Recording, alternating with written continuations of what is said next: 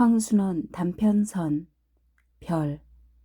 동네 애들과 노는 아이를 한 동네 과수 노파가 보고 같이 저자애라도 다녀오는 듯한 젊은 여인에게 무심코 자 동복누이 같고 죽은 자 오만이 닮았디 왜? 한 말을 얽임에 듣자 아이는 동무들과 놀던 것도 잊어버리고 일어섰다. 아이는 얼핏 누이의 얼굴을 생각해 내려 하였으나 암만 해도 떠오르지 않았다. 집으로 뛰면서 아이는 저도 모르게 오마니 오마니 수없이 외웠다. 집들에서 이복 동생을 업고 있는 누이를 발견하고 달려가 얼굴부터 들여다보았다. 너무나 엷은 입술이 지나치게 큰 데 비해 눈은 빳빳하니 작고 그 눈이 또 늘 몽롱히 흐려 있는 누이의 얼굴. 9살 난 아이의 눈은 벌써 누이의 그런 얼굴 속에서 기억에는 없으나 마음속으로 그렇게 그려오던 돌아간 어머니의 모습을 더듬으며 떨리는 속으로 찬찬히 누이를 바라보았다. 참으로 오만이는 그 누이의 얼굴과 같았을까? 그러자 제법 어른처럼 갓난 이복 동생을 업고 있던 11살 자비 누이는 전에 없이 별나게 자기를 자세히 들여다보는 동복 남동생에게 마치 어머니다운 애정이 끓어오르기나 한 듯이 미소를 지어 보였을 때 아이는 누이의 지나치게 큰 입새로 드러난 검은 잇몸을 바라보며 누이에게서 돌아간 어머니의 그림자를 찾던 마음은 온전히 사라지고 어머니가 누이처럼 미워서는 안 된다고 머리를 옆으로 저었다. 우리 오만이는 지금 눈앞에 있는 누이로서는 흉내도 못 내겠으래 무척 이뻤으리라. 그냥 남동생이 귀엽다는 듯이 미소를 짓고 있는 누이에게 아이는 처음으로 눈을 흘기며 무서운 상을 해보였다. 미운 누이의 얼굴이 놀라 한층 밉게 찌그러질 만큼 생각다 못해 종래 아이는 누이가 꼭 어머니 같다고 한 동네 과수 노파를 찾아 자기 집에서 왼편 쪽으로 마주난 골목 막다른 집으로 갔다. 마침 노파는 새로 지은 저고리 동정에 인두질을 하고 있었다. 늘 남에게 삭 바느질을 시켜 말쑥한 옷만 입고 다녀 동네에서 이름난 과수 노파가 제 손으로 인두질을 하다니 웬일일까? 그러나 아이를 보자 과수 노파는 아이보다 더 의아한 눈초리를 하면서 인두를 화로에 꽂는다. 아이는 곧 노파에게 아니 우리 오마니하고 우리 뉘하고 같이 생겼단 말은 거짓말이디요 했다. 노파는 더욱 수상하다는 듯이 아이를 바라보다가 그러나 남의 일에는 흥미 없다는 얼굴로 왜 닮았디 했다. 아이는 떨리는 입술로 다시 아니 우리 오마니 입하고 뉘 입하고 다르게 생겼디 않았어요? 하고 열심히 물었다. 노파는 이번에는 화로에 꽂았던 인두를 뽑아 자기 입술 가까이 갖다 대어보고 나서 반만큼 세운 왼쪽 무릎 치마에 문대고는 일감을 잡으며 그저 그러고 보면 다른 것 같기도 하군 했다. 아이는 인두질하는 과수노파의 손 가까이로 다가서며 퍼뜩 과수노파의 손이 나이보다는 젊고 고와 보인다는 생각을 하면서 우리 오마니 잇몸은 우리 뉘 잇몸처럼 검지 않고 이뻤디요 했다. 과수노파는 아이가 가까이 다가와 어둡다는 듯이 갑자기 인두 든 손으로 아이를 물러나라고 손짓하고 나서 한결같이 흥 없이 그래엔 했다. 그러나 아이만은 여기서 만족하여 과수노파의 집을 나서 그 다름으로 자기 집까지 뛰어오면서 그러면 그렇지 우리 오마니가 니처럼 미워서야 될 말이냐고 속으로 수없이 되뇌었다. 안뜰에 들어서자 누이가 안 보임을 다행으로 여기며 방 안으로 들어갔다. 그리고 책상 앞으로 가 란도셀 속에서 산수책을 꺼내다가 그 속에 인형을 발견하고 주춤 손을 거두었다. 누이가 비단색 헝겊을 모아 만들어준 낭자를 튼 예쁜 각시 인형이었다. 그리고 아이가 언제나 란도셀 속에 넣어 가지고 다니는 인형이었다. 과목은 요일에 따라 바뀌었으나 항상 란도셀 속에 이 인형만은 변함없이 들어 있었다. 아이는 인형을 꺼내 들었다. 그러자 지금 아이는 이 인형의 여태까지 그렇게 예쁘던 얼굴이 누이의 얼굴이나 한 것처럼 미워짐을 어쩔 수 없었다. 곧 아이는 인형을 내다 버려야 한다는 걸 느꼈다. 그걸 품에 품고 밖으로 나섰다. 저녁 그늘이 내린 과수 노파가 사는 골목을 얼마 들어가다 아이는 주위에 사람 없는 것을 살피고 나서 주머니에서 칼을 꺼냈다. 칼끝으로 땅을 파가지고 거기에다 품속에 인형을 묻었다. 그러고는 그곳을 떠났다. 인형인지 누이인지 분간 못할 서로 얽힌 손들이 매달리는 것 같음을 아이는 느꼈다. 그러나 아이는 어머니와 다른 그 손들을 쉽사리 뿌리칠 수 있었다. 골목을 다 나온 곳에서 달구지를 벗은 당나귀가 아이의 아랫도리를 찼다. 아이는 굴러 나동그라졌다. 분하다. 일어난 아이는 당나귀 고삐를 쥐고 달구지 채로 해서 당나귀 등에 올라탔다. 당나귀가 제 꼬리를 물려는 듯이 돌다가 날뛰기 시작했다. 아이는 그럼 우리 오만이가 니처럼 생겼단 말인가? 니처럼 생겼단 말인가? 하고 당나귀가 알아나 듣는 것처럼 소리를 질렀다. 당나귀가 더 날뛰었다. 아이의 니처럼 생겼단 말인가 하는 소리가 더 커갔다. 그러다가 벼랑간 뒤에서 누이의 대런 하는 부르짖음 소리를 듣고 아이는 그만 당나귀 등에서 떨어지고 말았다. 땅에 떨어진 아이는 다리 하나를 약간 삔 채로 나자빠져 있었다. 누이가 분주히 달려왔다. 그러나 아이는 누이가 위에서 굽어보며 붙들어 일으키려는 것을 무지스럽게 손으로 뿌리치고는 혼자 벌떡 일어나 삔 다리를 예사롭게 놀려 집으로 돌아갔다. 갓난 이복 동생을 업어주는 것이 학교 다녀온 뒤에 나날의 일과가 되어 있는 누이가 하루는 아이의 거동에서 자기를 꺼리고 있다는 것을 눈치채고는 그런 동생을 기쁘게 해주려는 듯이 어부네의 볼기짝을 돌려대더니 꼬집기 시작했다. 물론 누이의 손은 힘껏 꼬집는 신용만 했고 그럴 적마다 그 작은 눈을 힘주는 듯이 끔쩍끔쩍 하였지만 결국은 애가 울지 않을 정도로 조심하면서 꼬집어 대는 것이었다. 사실 줄곧 누이에게만 애를 업히는 의붓 어머니에게 슬그머니 불평 같은 것이 가고 누이에게는 동정이 가던 아이였다. 그러나 이날 아이는 자기를 기껏게나 해주려는 듯이 이복 동생의 볼기짝을 힘껏 꼬집는 신용을 하는 누이에게 재미있다는 생각이 일기는커녕 도리어 밉고 실눈을 끔적일 적마다 흉하게만 여겨졌다. 아이는 문득 누이를 혼내줄 개교가 생각났다. 그는 날렵하게 달려가 이복 동생의 볼기짝을 진짜로 꼬집어댔다. 그리고 업힌 애가 울음을 터뜨리는 걸 보고야 꾸집기를 멈추고 골목으로 뛰어가 숨었다. 이제 턱이 밭은 의붓 어머니가 달려나와 왜 애를 그렇게 갑자기 울리느냐고 누이를 꾸짖으리라. 아이는 골목에서 몰래 의붓 어머니가 나오기만 기다렸다. 사실 곧 의붓 어머니는 나왔다. 그리고 또 어김없이 누이를 내려다보면서 엘 왜 그렇게 갑자기 울리니 했다. 아이는 재미나 하는 장난스러운 미소를 떠올렸다. 그러나 다음 순간 아이는 누이의 대답이 어쩔까 하는 생각이 들면서 이번에는 저도 모르게 미소가 거치고 귀가 기울여졌다. 그렇게 자기들을 못살게 굴지는 않는다고 생각되면서도 어딘가 어렵고 두렵게만 여겨지는 의붓 어머니에게 겁난 누이가 그만 자기가 꼬집어서 운다고 바로 이르기나 하면 어쩌나. 그러나 누이는 의붓 어머니가 어렵고 힘들고 두렵게 생각 키우지도 않는지 대담스레 고개를 들고 아마 내 등을 빨다가 울젠 배가 고파 그런가 봐요 하지 않는가? 아, 기묘한 거짓말을 잘 돌려댄다. 그러나 지금 대담하게 의붓 어머니에게 거짓말을 하여 자기를 감싸주는 누이에게서 어머니의 애정 같은 것이 풍기어오는 듯함을 느끼자 아이는 우리 오만이가 뉘 같지는 않았다고 속으로 부르짖으며 숨었던 골목에서 나와 의붓 어머니에게로 걸어갔다.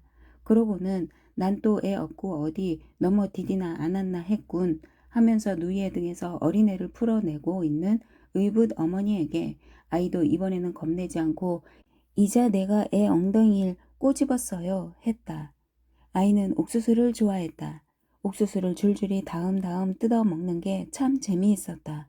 알이 베고 줄이 곧은 자루면 엄지손가락 쪽에 손바닥으로 되도록 여러 알을 한꺼번에 굴러 밀어 얼마나 많이 붙은 쌍둥이를 떼어낼 수 있나 누이와 내기하기도 했다. 물론 아이는 이 내기에서 누이한테 늘 졌다. 누이는 줄이 곧지 않은 옥수수를 가지고도 꽤는 잘 여러 알 붙은 쌍둥이를 떼어내곤 했다. 그렇게 떼어낸 쌍둥이를 누이가 손바닥에 놓아 내밀면 아이는 맛있게 그걸 집어먹기도 했다. 그러나 이날 아이는 누이가 우리 누가 많이 쌍둥이를 만드나 내게 할까 하는 것을 단박에 싫어 해버렸다. 누이는 혼자 아이로서는 엄두도 못 낼 긴 쌍둥이를 떼어냈다. 아이는 일부러 줄이 곧게 생긴 옥수수 자루인데도 쌍둥이를 떼어내지 않고 알알이 뜯어 먹고만 있었다. 누이는 금방 뜯어낸 쌍둥이를 아이에게 내주었다. 그러나 아이는 거칠게 싫어 하고 머리를 도리질하고 말았다. 누이가 새로 더 긴 쌍둥이를 뜯어내서는 다시 아이에게 내밀었다. 그러나 누이가 마치 어머니처럼 굴적마다 도리어 돌아간 어머니가 누이와 같지 않다는 생각으로 해서 더 누이에게 냉정할 수 있는 아이는 내민 누이의 손을 쳐 쌍둥이를 떨궈 버리고 말았다. 그러던 어떤 날 저녁 어둑어둑한 속에서 아이가 하늘의 별을 세며 별은 흡사 땅 위에 이슬과 같다고 생각하고 있는데 누이가 조심스레 걸어오더니 어둑한 속에서도 분명한 옥수수 한 자루를 치마폭 밑에서 꺼내어 아이에게 쥐어주었다. 그러나 아이는 그것을 먹어볼 생각도 않고 그냥 뜸을 항아리 있는 대로가 그 속에 떨구듯 넣어버렸다. 아이는 또 땅바닥에 갖가지 지도 같은 금을 그으며 놀기를 잘했다. 바다를 모르는 아이는 바다 아닌 대동강을 여러 개 그리고 산으로는 모란봉을 몇 개고 그리곤 했다. 그러다가 동무가 있으면 땅땅 먹기도 했다. 상대편의 말을 마치고 뼘을 재어 구름이 피어오르는 듯한 땅과 무성한 나무 같은 땅을 만드는 게 재미있었다. 그날도 아이는 옆집 애와 길가에서 땅 따먹기를 하고 있었다. 옆집 애의 땅한테 아이의 땅이 거의 잠식당하고 있었다. 한쪽 금에 붙어 꼭 반달처럼 생긴 땅과 거기에 붙은 한 뼘 남짓한 땅이 남았을 뿐이었다. 그것마저 옆집 애가 새로 말을 마치고 한 뼘 채 먹은 뒤에는 또 줄었다. 이번에는 아이가 칠 차례였다. 옆집 애가 말을 놓았다. 그것은 아이의 반달 땅 끝에서 한껏 먼 곳이었다. 그러나 아이는 기어코 반달 끝에다 자기의 말을 놓았다. 옆집 애는 아이의 반달 땅에 달린 다른 나머지 땅에서가 자기의 말이 제일 가까운데 왜 하필 반달 끝에서 치려는지 이상히 여기는 눈치였다. 사실 어디까지나 반달 끝에다 한 뼘 맘껏 둘러재어 동그라미를 그어 놓으면 얼마나 아름다울지 모르겠다는 아이의 계획을 옆집에는 알 턱 없었다. 아이는 반달 끝에서 옆집의 말까지의 길을 닦았다. 이번에는 꼭 맞춰 이 반달 위에 무지개 같은 동그라미를 그어 놓으리라. 아이의 입은 꼭 다물어지고 눈은 빛났다. 뒤이어 아이는 옆집의 말을 겨누어 엄지손가락에 버텼던 장가락을 퉁기었다. 그러나 아이의 장가락 손톱에 맞은 말은 옆집의 말에서 꽤 먼 거리를 두고 빛이 나갔다.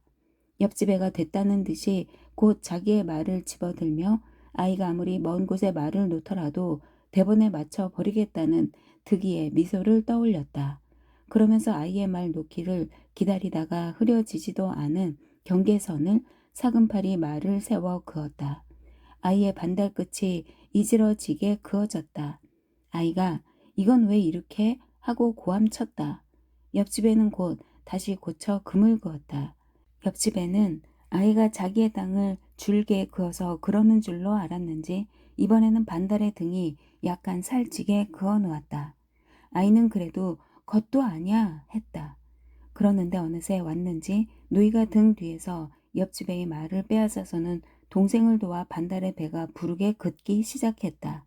그러나 아이는 누이가 채 다 긋기도 전에 손바닥으로 막 지워버리면서 이건 더 아냐, 이건 더 아냐 하고 소리 질렀다.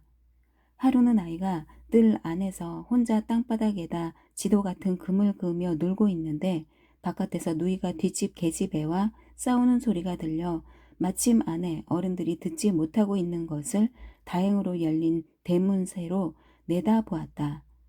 아이가 늘 예쁘다고 생각해오던 뒷집 계집애의 내민 역시 예쁜 얼굴에서 그래 안 맞았단 말이가 하는 말소리가 빠른 속도로 계속되는 대로 또 누이의 내민 밉게 찌그러진 얼굴에서는 안 맞지 않고 하는 소리가 같은 속도로 계속되고 있었다.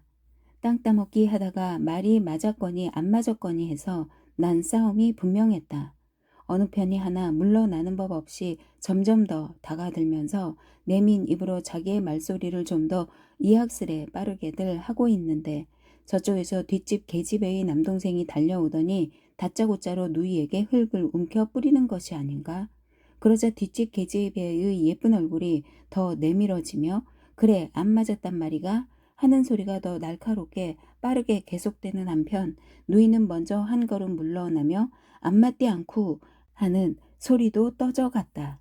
뒷집 계집애의 남동생이 또 흙을 움켜 뿌렸다.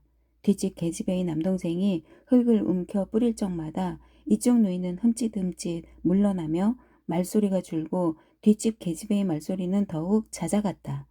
그러자 아이는 저도 깨닫지 못하고 대문을 나서 그리로 걸어갔다.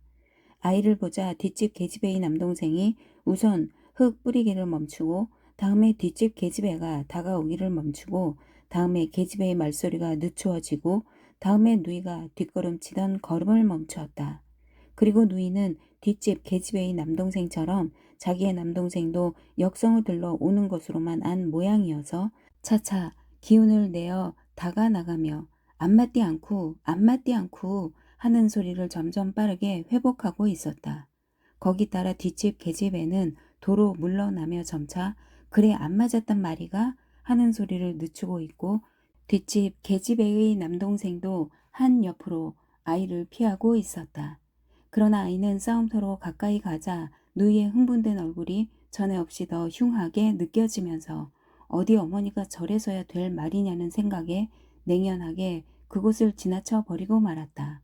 그리고 등 뒤로 도로 빨라가는 뒷집 계집애의 말소리와 급작스레 떠지는 누이의 말소리를 들으면서도 아이는 누이보다 예쁜 뒷집 계집애가 싸움에 이기는 게 옳다고 생각하며 저만큼 골목 어귀에서 여물을 먹고 있는 당나귀에게로 걸어갔다.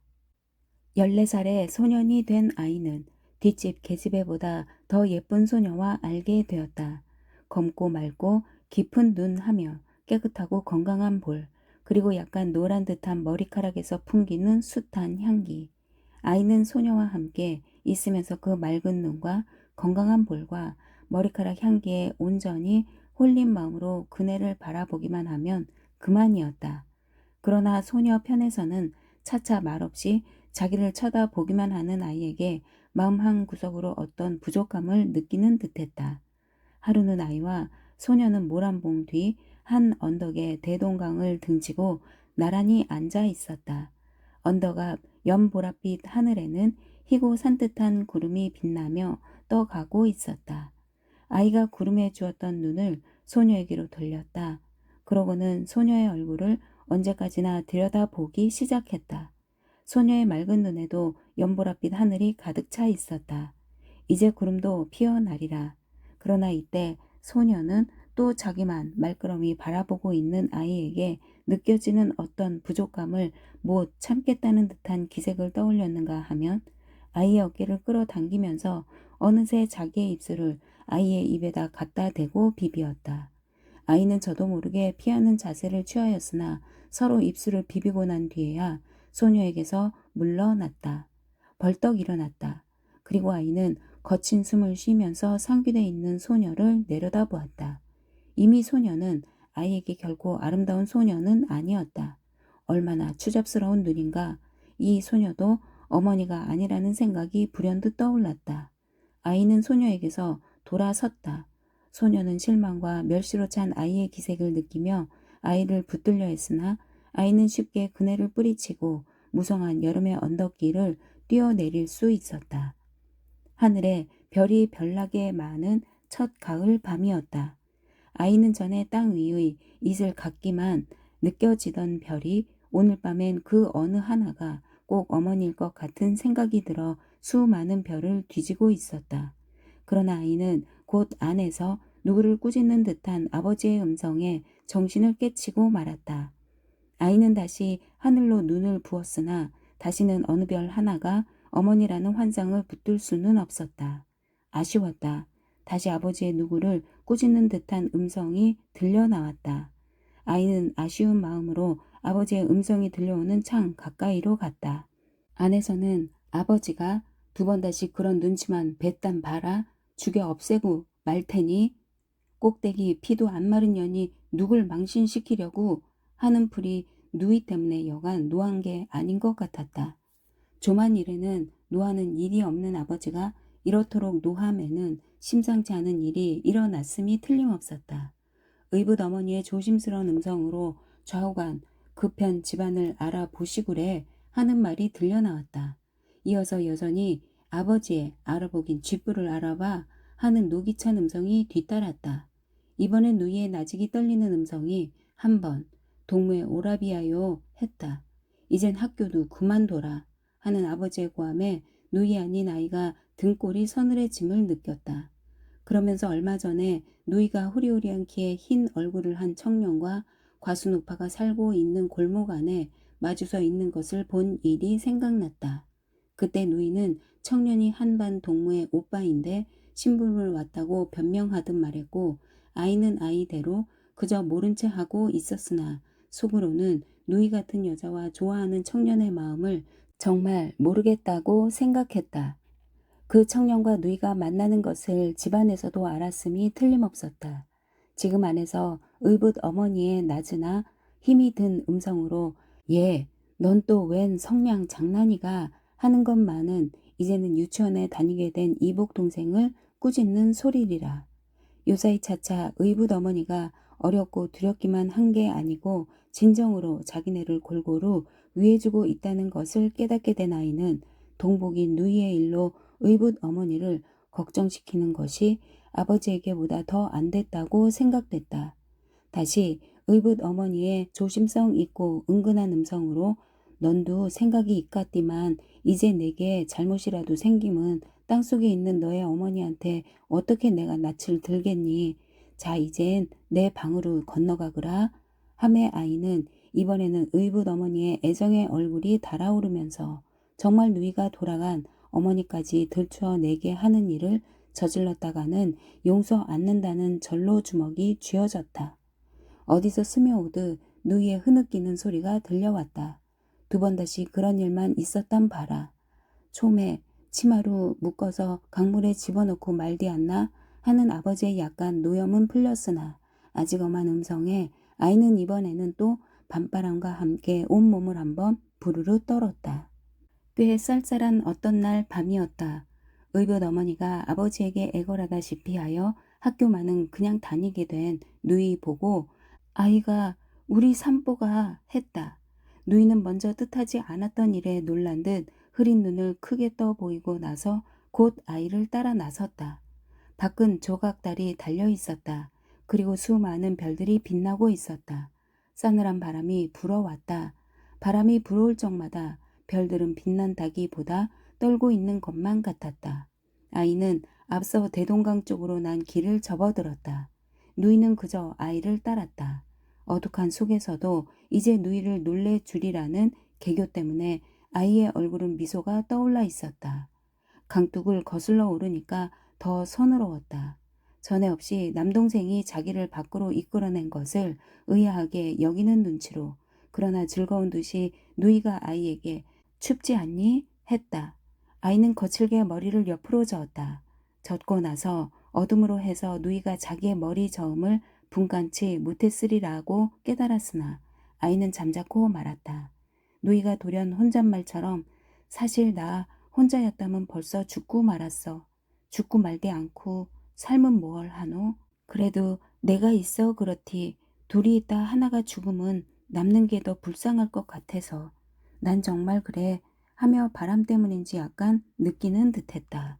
아이는 혹시 집에서 누이의 연애 사건을 알게 된 것이 자기가 아버지나 의붓 어머니에게 고자질한 것으로 잘못 알고 있지나 않나 하는 생각이 들자 누이를 쓸어안고 변명이나 할 듯이 획 돌아섰다. 누이도 섰다.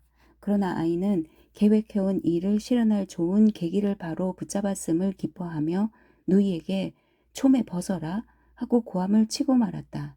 뜻밖의 당하는 일로 잠시 어쩔 줄 모르고 섰다가 겨우 깨달은 듯이 누이는 어둠 속에서 조용히 저고리를 벗고 어깨 치마를 머리 위로 벗어냈다. 아이가 치마를 빼앗아 땅에 길게 폈다. 그리고 아이는 아버지처럼 엄하게 가루 놓아라 했다. 누이는 곧 순순히 하라는 대로 했다. 그러나 아이는 치마로 누이를 묶어 강물에 집어넣는 차례에 이르러서는 자기 하는 일이면 누이가 죽는 한이 있더라도 아무 한거 없이 도리어 어머니다운 애정으로 따라할 것만 같은 생각이 들며 누이가 돌아간 어머니와 같은 애정을 베풀어서는 안 된다고 치마 위에 이미 죽은 듯이 누워있는 누이를 그대로 남겨둔 채 돌아서 그곳을 떠나고 말았다. 누이는 시내 어떤 실업가의 막내 아들이라는 작달막한 키에 얼굴이 검푸른 누이의 한반 동무의 오빠라는 청년과는 비슷도 안한 남자와 아무 불평 없이 혼약을 맺었다. 그러고 나서 얼마 안 되어 결혼하는 날 누이는 가마 앞에서 의붓 어머니의 팔을 붙잡고는 무던히나 슬프게 울었다. 아이는 골목에 몸을 숨기고 있었다. 누이는 동네 아낙네들이 떼어 놓는 대로 가마에 오르기 전에 젖은 얼굴을 들었다. 자기를 찾고 있음이 틀림없다고 생각하면서도 아이는 그냥 몸을 숨기고 있었다. 그리고 누이가 시집 간 지 또 얼마 안 되는 어느 날 별나게 빨간 놀이 진 늦저녁 때 아이네는 누이의 부고를 받았다. 아이는 언뜻 누이의 얼굴을 생각해 내려 하였으나 도무지 떠오르지가 않았다. 슬프지도 않았다. 그러다가 아이는 지난날 누이가 자기에게 만들어 주었던 뒤에 과수 노파가 사는 골목 안에 묻어버린 인형의 얼굴이 떠오를 듯함을 느꼈다. 아이는 골목으로 뛰어갔다. 거기서 아이는 인형 묻었던 자리라고 생각 키우는 곳을 손으로 팠다. 흙이 단단했다. 손가락을 세워 힘껏 파댔다. 없었다. 짐작되는 곳을 또 파보았으나 없었다. 벌써 썩어 흙과 분간치 못하게 된 지가 오래리라. 도로 골목을 나오는데 전처럼 당나귀가 매어 있는 게 눈에 띄었다. 그러나 전처럼 당나귀가 아이를 차지는 않았다. 아이는 달구지체에 올라서지도 않고 전보다 쉽사리 당나귀 등에 올라탔다. 당나귀가 전처럼 제 꼬리를 물려는 듯이 돌다가 날뛰기 시작했다. 그리고 아이는 당나귀에게나처럼 우리 닐 왜 주겐 왜 주겐 하고 소리 질렀다. 당나귀가 더 날뛰었다. 당나귀가 더 날뛸수록 아이의 왜 쥐겐 하는 지름소리가 더 커갔다. 그러다가 아이는 문득 골목 밖에서 누이의 대런 하는 부르짖음을 들은 거로 착각하면서 불어 당나귀 등에서 떨어져 굴렀다. 이번에는 어느 쪽 다리도 삐지 않았다. 그러나 아이의 눈에는 그제야 눈물이 괴었다. 어느새 어두워지는 하늘에 별이 돋아났다가 눈물갠 아이의 눈에 내려왔다. 아이는 지금 자기의 오른쪽 눈에 내려온 별이 돌아간 어머니라고 느끼면서 그런 왼쪽 눈에 내려온 별은 죽은 누이가 아니냐는 생각에 미치자 아무래도 누이는 어머니와 같은 아름다운 별이 되어서는 안 된다고 머리를 옆으로 저으며 눈을 감아 눈 속의 별을 내몰았다.